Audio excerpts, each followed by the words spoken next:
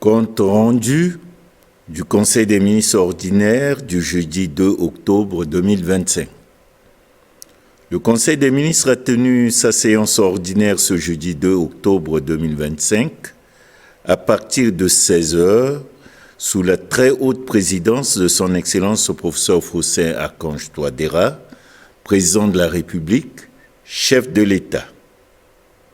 L'ordre du jour est constitué des points suivants. Des dossiers à examiner, des communications ministérielles et enfin des divers. L'établissement de l'ordre du jour a été précédé avec l'autorisation de son Excellence Monsieur le Président de la République, chef de l'État, de la présentation par le ministre chargé du secrétariat général du gouvernement et des relations avec les institutions de la République par intérim, de la position des membres du gouvernement absents. Au titre des dossiers à examiner, du ministre des Finances et du Budget, invité à prendre la parole par le président de la République, chef de l'État, le ministre chargé des Finances et du Budget a soumis à l'examen du Conseil le projet de loi portant code de la commande publique de la République centrafricaine.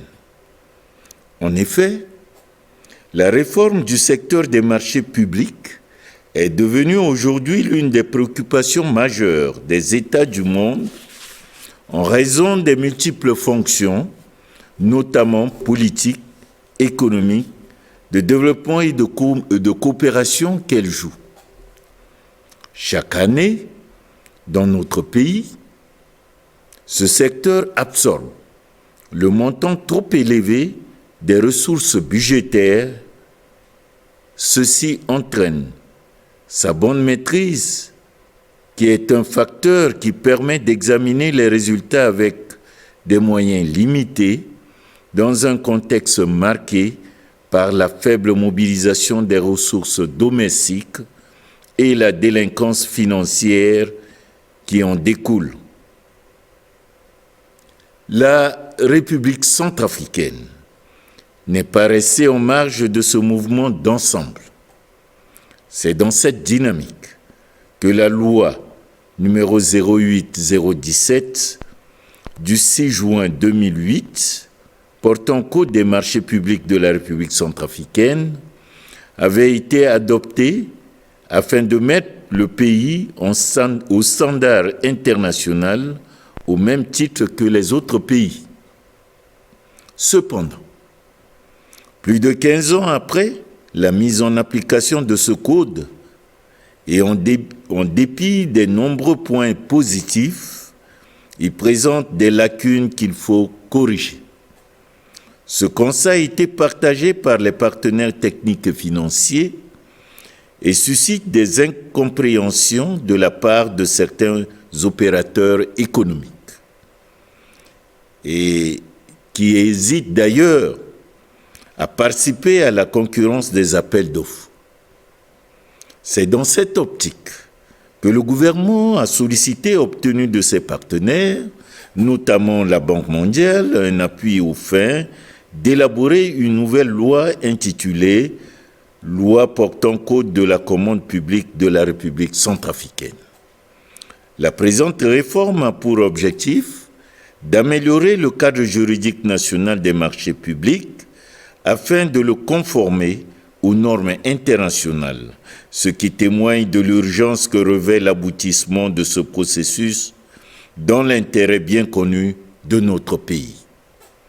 Les principales innovations apportées par ce nouveau code portent sur la prise en compte du concept genre incluant les femmes, les jeunes, les personnes en situation de handicap, la prise en compte des objectifs de développement durable et des achats publics durables, le renforcement des conditions de recours à la procédure d'entente directe, marché gré à gré, le renforcement des organes de contrôle pour garantir, par la transparence et l'égalité dans la procédure de passation des commandes publiques, le renforcement des sanctions, l'obligation de sous-traitance faite aux entreprises étrangères et enfin, le changement des organes en charge de la commande publique.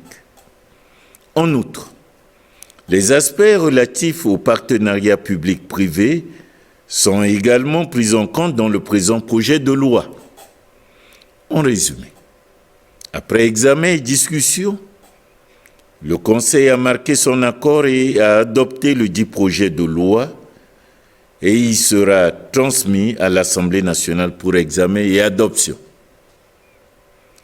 Du ministre des Mines et de la Géologie, autorisé par son Excellence le Président de la République, chef de l'État, à prendre la parole, le ministre chargé des Mines et de la Géologie a soumis à l'examen du Conseil 8 dossiers, à savoir le projet de décret portant attribution de 3 permis d'exploitation industrielle de grandes mines à la société UI Investment Searle. Un projet de décret portant attribution d'un permis d'exploitation industrielle de grandes mines à la société arabe Mines Sarl. Un projet de décret portant attribution de 3 permis d'exploitation industrielle de petites mines à la société industrie minière de l'or IMO Sarl. Un projet de décret portant attribution d'un permis d'exploitation industrielle de petites mines à la société Semiga HW Lepo Sarl. Un projet de décret portant attribution de 2 permis d'exploitation industrielle de grandes mines de la société DON de Dieu. Un projet de décret portant attribution d'un permis de recherche pour l'exploitation de l'or et des minéraux connexes à la société Admog Gold Holding. Un projet de décret portant attribution d'un permis de recherche à la société Geodata Solutions Sarl et un projet de décret portant agrément du bureau d'achat import-export à la société Arabe Sarl. Dans le cadre de la politique nationale de promotion des investissements dans le secteur minier en République centrafricaine, les dispositions de la loi numéro 24008 du 21 août 2024 portant code minier de la République centrafricaine ont prévu l'attribution de permis d'exploitation de grandes ou de petites mines, de permis de recherche aux sociétés minières d'une part et l'octroi d'agréments en qualité de bureau d'achat import-export de l'or et de diamants d'autre part. Le ministère des Mines et de la Géologie a respectivement enregistré les demandes d'attribution de permis d'exploitation, de recherche et de l'octroi d'agréments formulés par les sociétés ci-après. UI Investment Sarl, Arab Mines Sarl, Industrie minière de l'or IMO Sarl, Semiga HW Lepo Sarl, Don de Dieu, Admo Gold Holding, Geodata Solutions Sarl. Ara Sarl en qualité de bureau d'achat, import-export de l'or et diamants. À cet effet, l'État centrafricain a signé une convention minière avec chacune de ces sociétés, conformément aux dispositions de l'article 94 de la loi numéro 24008 du 21 août 2024 portant code minier de la République centrafricaine qui dispose que l'octroi d'un permis d'exploitation industrielle est subordonné à la signature d'une convention minière entre l'État et la société d'exploitation créée par le titulaire du permis de recherche pour l'exploitation du gisement découvert.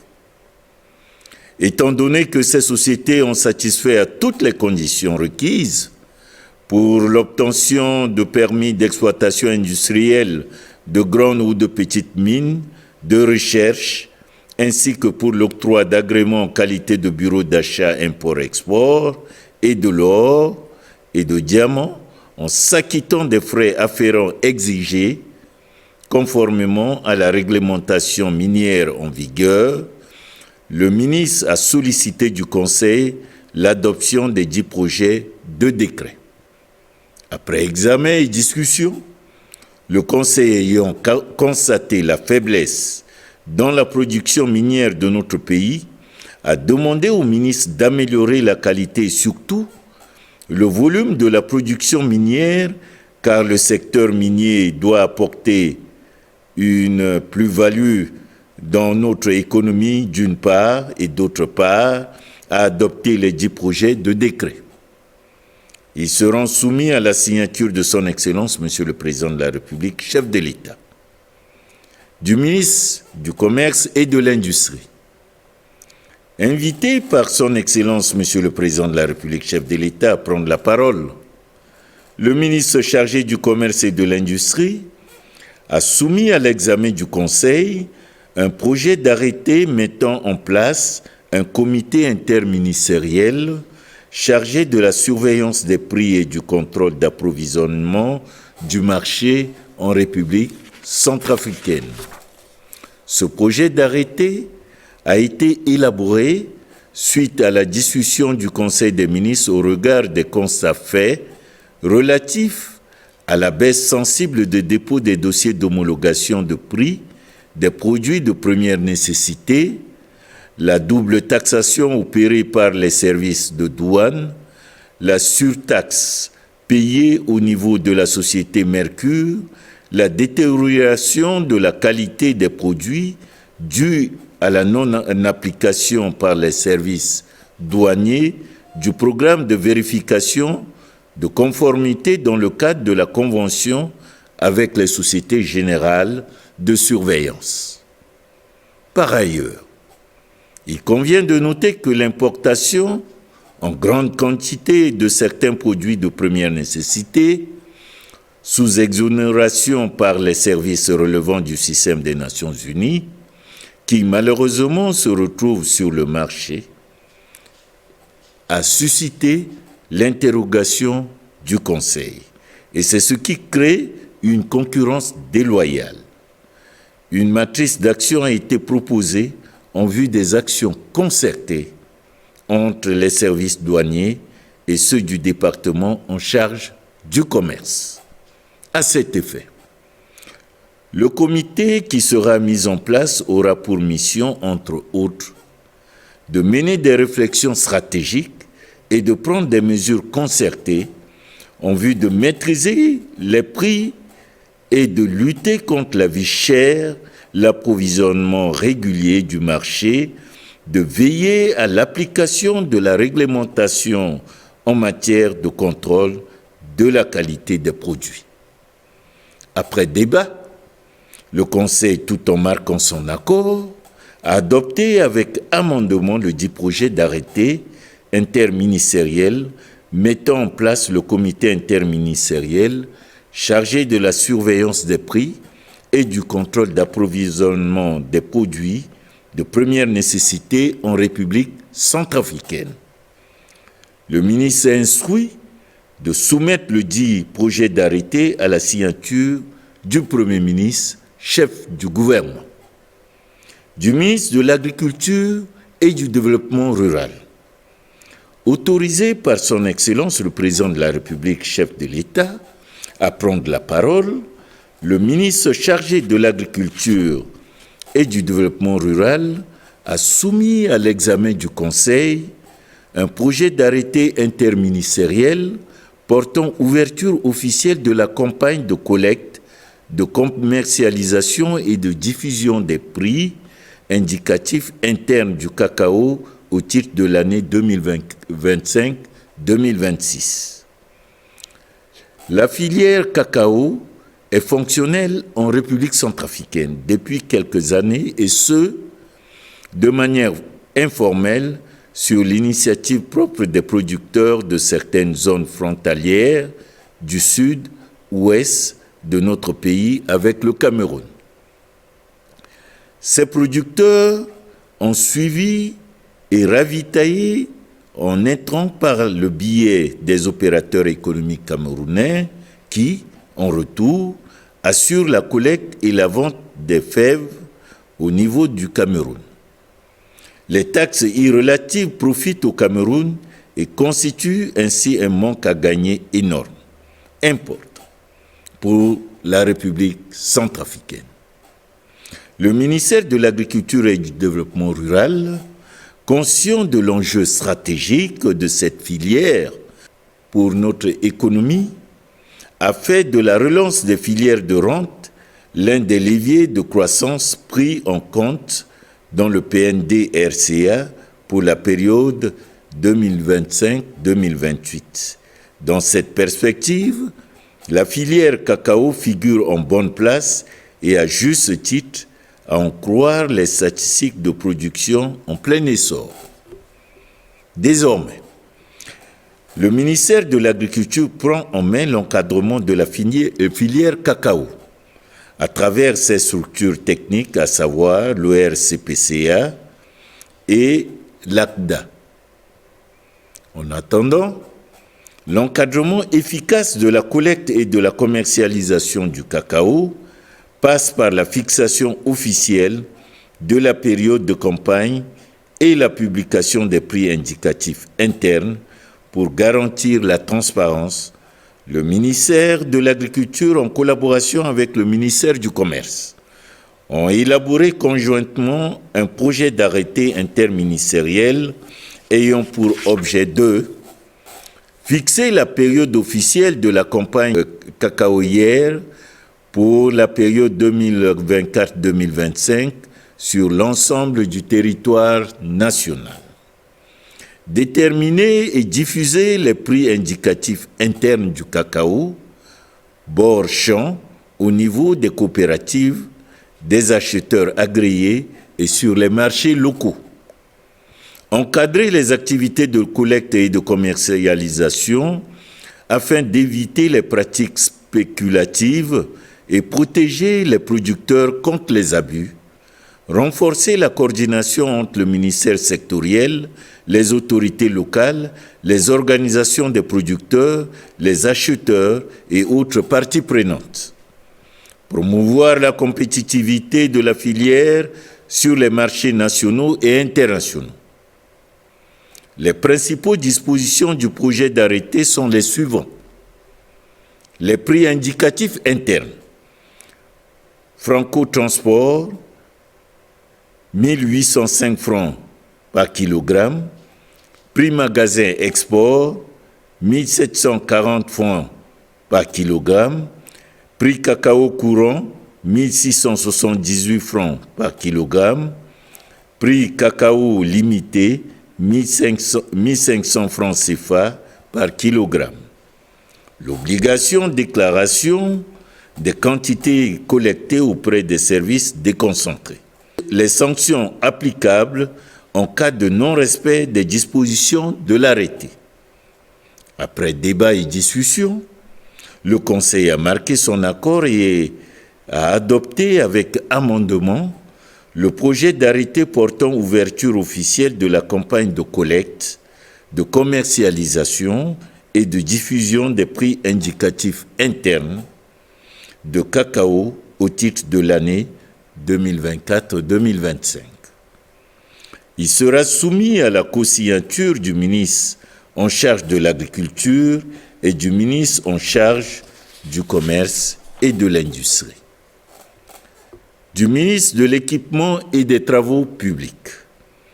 Autorisé par son Excellence le Président de la République, chef de l'État, à prendre la parole, le ministre chargé de l'Agriculture et du Développement rural, en lieu et place du ministre chargé de l'équipement et des travaux publics empêchés, a soumis à l'examen du Conseil une note relative à la libération de l'emprise du port de Mungumba abritant les bâtiments administratifs.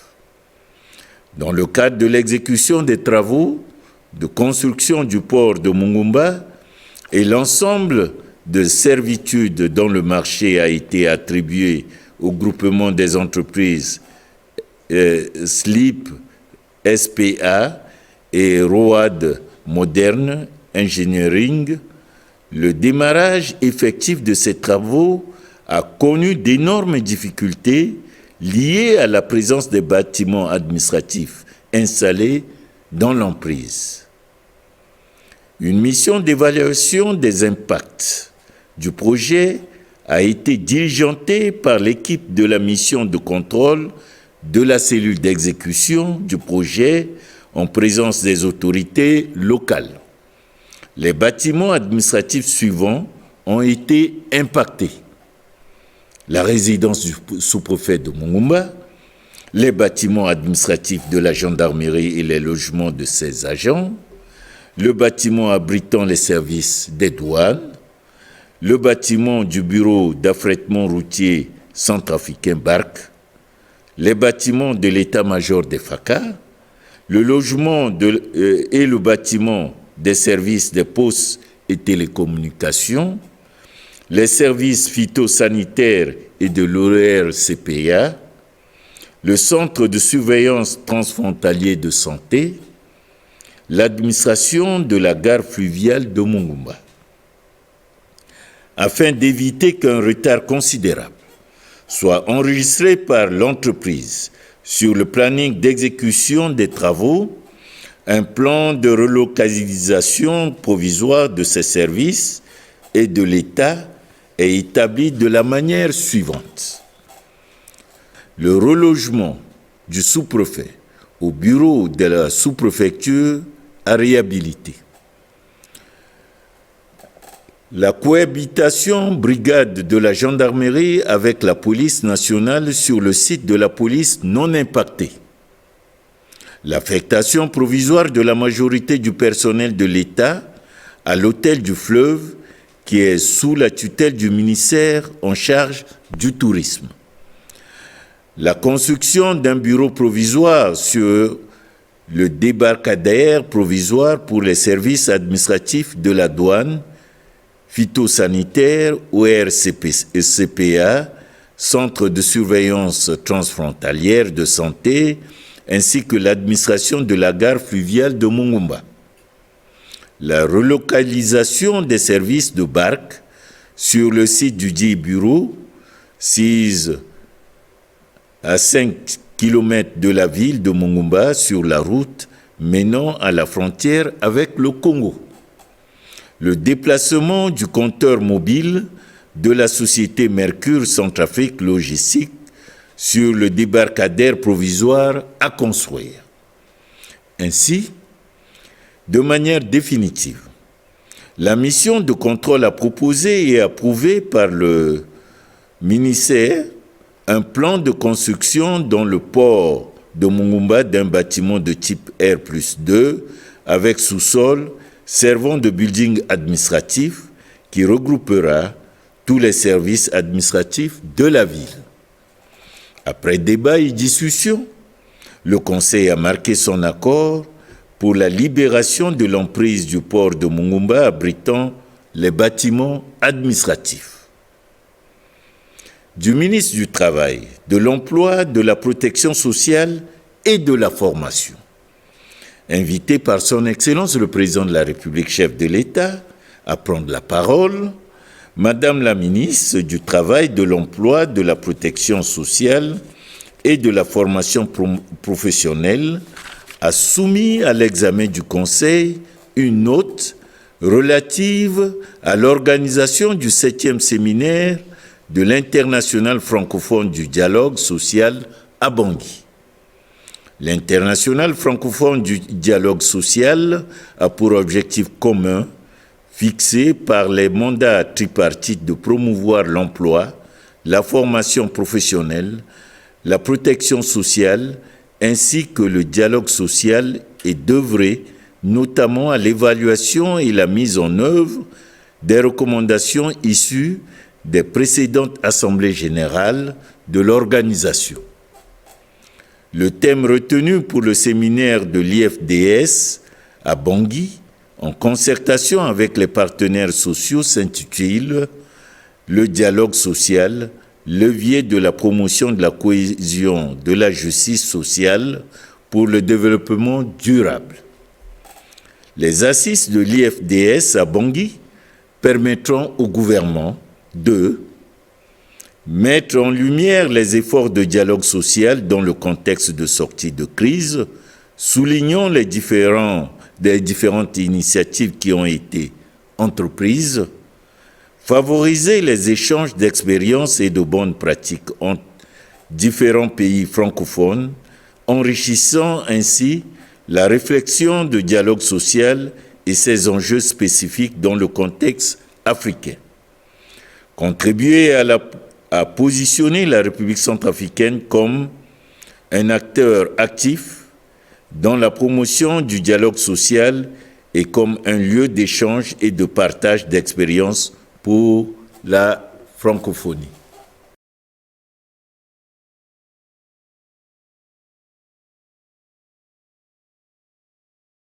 Pour l'organisation de cette rencontre internationale, l'IFDS s'engage à financer une partie du budget et le ministre sollicite l'accord du Conseil des ministres pour la prise en charge du gap représentant la contribution du gouvernement centrafricain à l'organisation de cet événement à Bangui. Après débat et discussion, le Conseil a marqué son accord pour l'organisation de ce grand événement à Bangui, sous réserve de la validation du budget de l'activité par le ministère chargé des Finances et du budget, du ministre de la Santé et de la Population. Autorisé par son Excellence, le Président de la République, chef de l'État, à prendre la parole, Madame le ministre chargé du Travail, de l'Emploi, de la Protection sociale et de la formation professionnelle, en lieu et place du ministre de la Santé et de la Protection empêchée, a soumis à l'examen du Conseil une note relative au processus d'établissement et d'opérationnalisation de la Caisse nationale d'assurance maladie en République centrafricaine. L'état de santé de la population centrafricaine reste marqué par une mortalité et une morbidité élevées, avec une prédominance des maladies transmissibles et l'émergence croissante des maladies non transmissibles. L'accès aux soins reste limité par les populations vulnérables, faute de programmes structurés de couverture des risques liés à la santé, ce qui oblige les ménages à recourir au paiement direct. Face à cette situation, le gouvernement centrafricain entend instaurer une caisse nationale d'assurance maladie afin de garantir l'accès équitable aux soins de santé de qualité pour tous. Le ministère du Travail, dans le cadre de sa lettre de mission, a réalisé les actions suivantes de 2016 à 2024.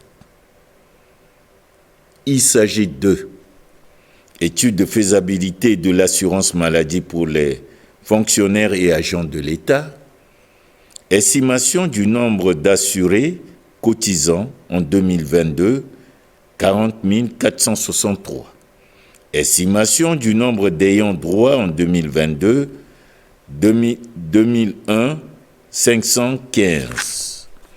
Taux de croissance annuel de 2%, source de financement, contribution employée, 4% du salaire et la part patronale de 9% supportée par l'État.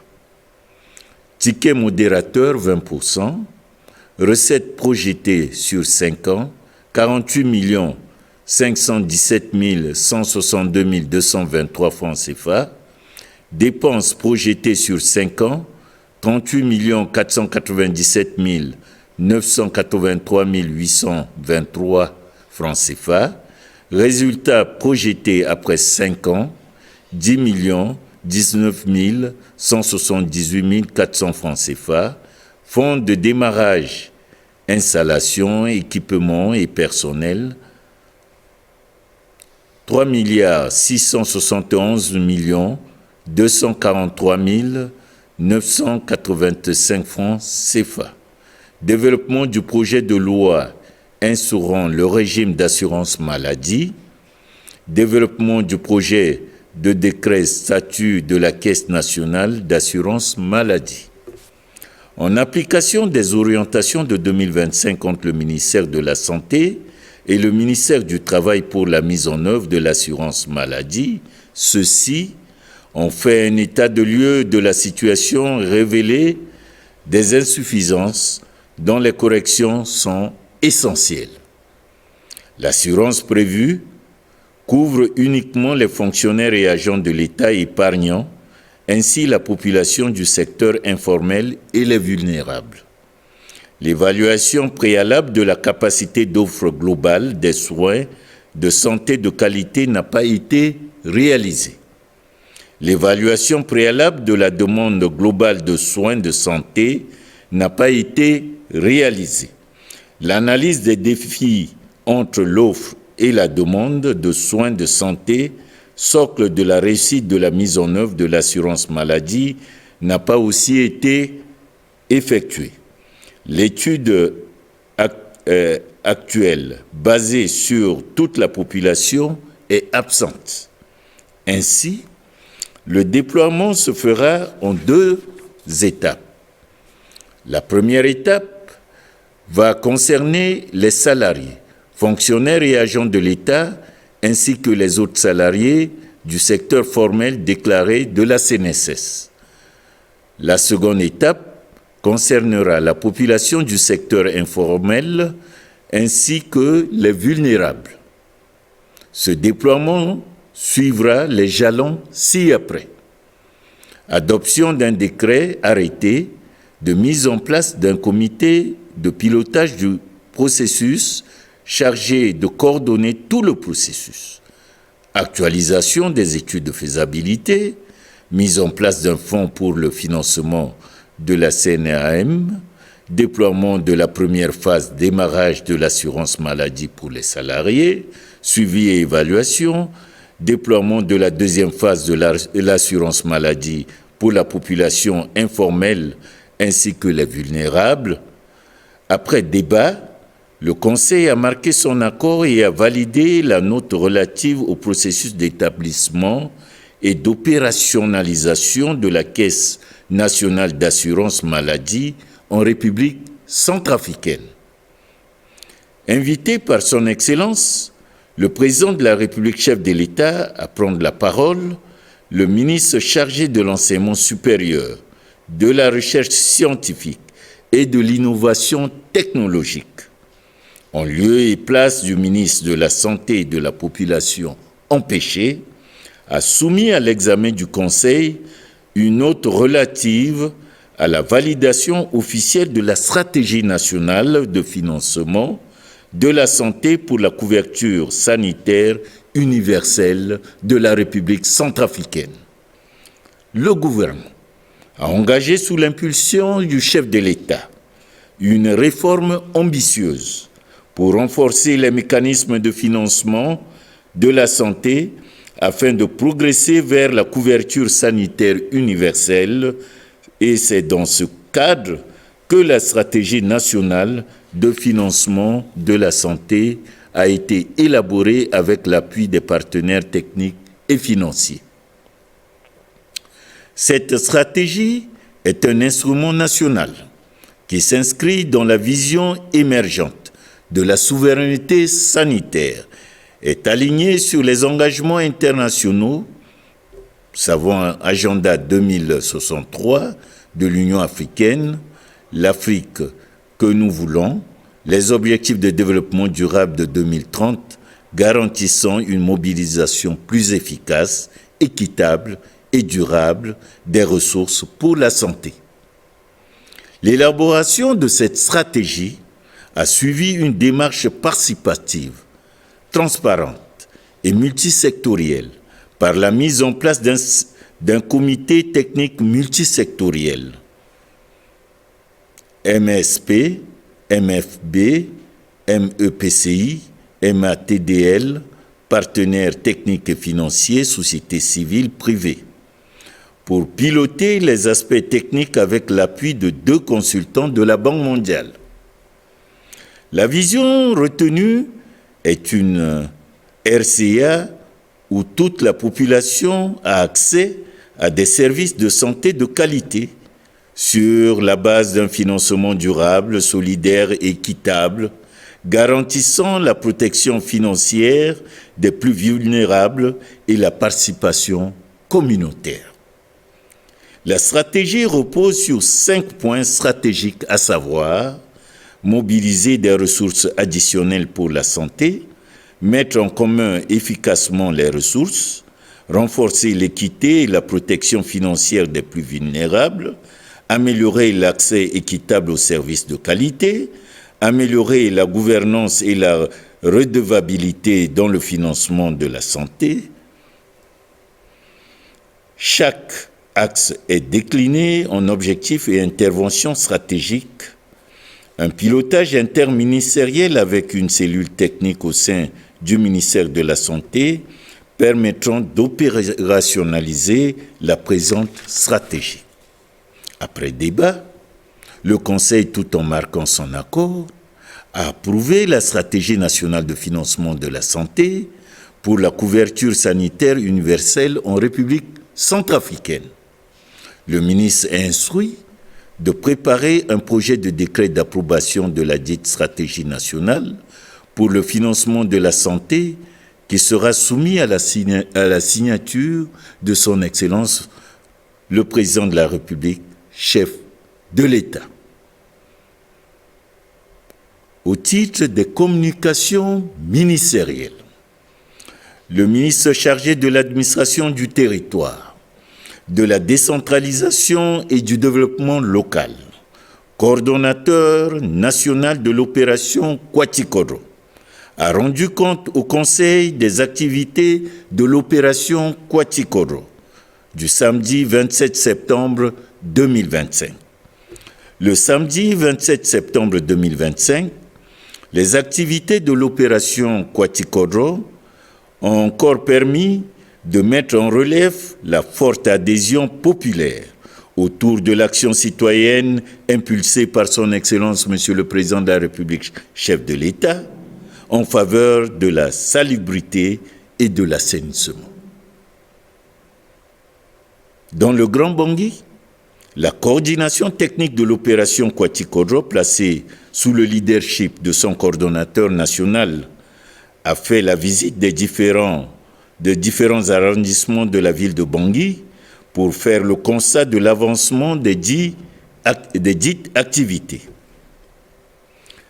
Ces activités se sont concentrées sur le nettoyage public, le curage, le désherbage, le ramassage des ordures et le déguerpissement des installations anarchiques aux abords des artères. Ces opérations ont connu une forte mobilisation des différentes entités, des associations affiliées telles que Sewa Touadéra, Douaressé, du marché central, l'Association du développement des jeunes de Sédou pour la solidarité, l'association Waliko Ligara, la brigade d'intervention et de répression du secteur, Bébogouin, Nadona, Bébouka, Mamboko Namamboko, TNG, RST, Kosafat, AJVD, Béboufi, Kokafat, Kinekine, Patriote, ATS, Mami Kokafat, Wali Molondo, Emai, Touadéra Lingbina Kwaso, etc. À Bimbo, les activités de cette journée ont été marquées par les nettoyages et le ramassage des ordures à l'école sous-préfectorale de Bimbo, avec la participation des autorités et des associations affiliées. À Bégoua, les autorités locales, les comités locaux et l'association Appui au développement communautaire ont travaillé au niveau de l'école Bégoua et au collège de Danzi. À l'intérieur du pays, les activités de l'opération Kwatikoro étaient menées à Bria, Bouka, Bangassou et Noula, sous la supervision des gouverneurs, préfets, sous-préfets, maires et des autorités locales, avec la participation massive des associations affiliées à l'opération Kwatikoro. Il est à noter que la plupart des activités menées pendant ce samedi 27 septembre se sont beaucoup plus focalisées sur le nettoyage des établissements scolaires. Le Conseil en a pris acte. Au titre des divers, le ministre chargé des Transports et de l'Aviation civile a rendu compte au Conseil de la réunion du comité chargé d'examiner la question d'hydrocarbures qui s'est tenue à Bangui sur la base des recommandations des partenaires. Madame le ministre chargé du Travail, de l'Emploi, de la Protection sociale et de la formation professionnelle a informé le Conseil sur les menaces de grève du personnel de la société de téléphonie mobile Orange. À ce sujet, des dispositions idoines ont été déjà prises pour ouvrir un dialogue avec les employés pour une sortie de crise. Le ministre chargé de l'enseignement supérieur, de la recherche scientifique et de l'innovation technologique a informé le Conseil de l'arrivée très prochaine à Bangui d'une délégation de CAMES aux fins d'amorcer un travail de préparation d'une grande activité touchant certains départements ministériels. Avant la fin des travaux du Conseil, Son Excellence, Monsieur le Président de la République, chef de l'État, s'est félicité de l'engagement des membres du gouvernement et de leur parfaite disponibilité à l'organisation réussie de la conférence des chefs d'État de la CEMAC à Bangui et de la table ronde sur le PND RCA pour la période 2024-2028 à Casablanca, au Maroc.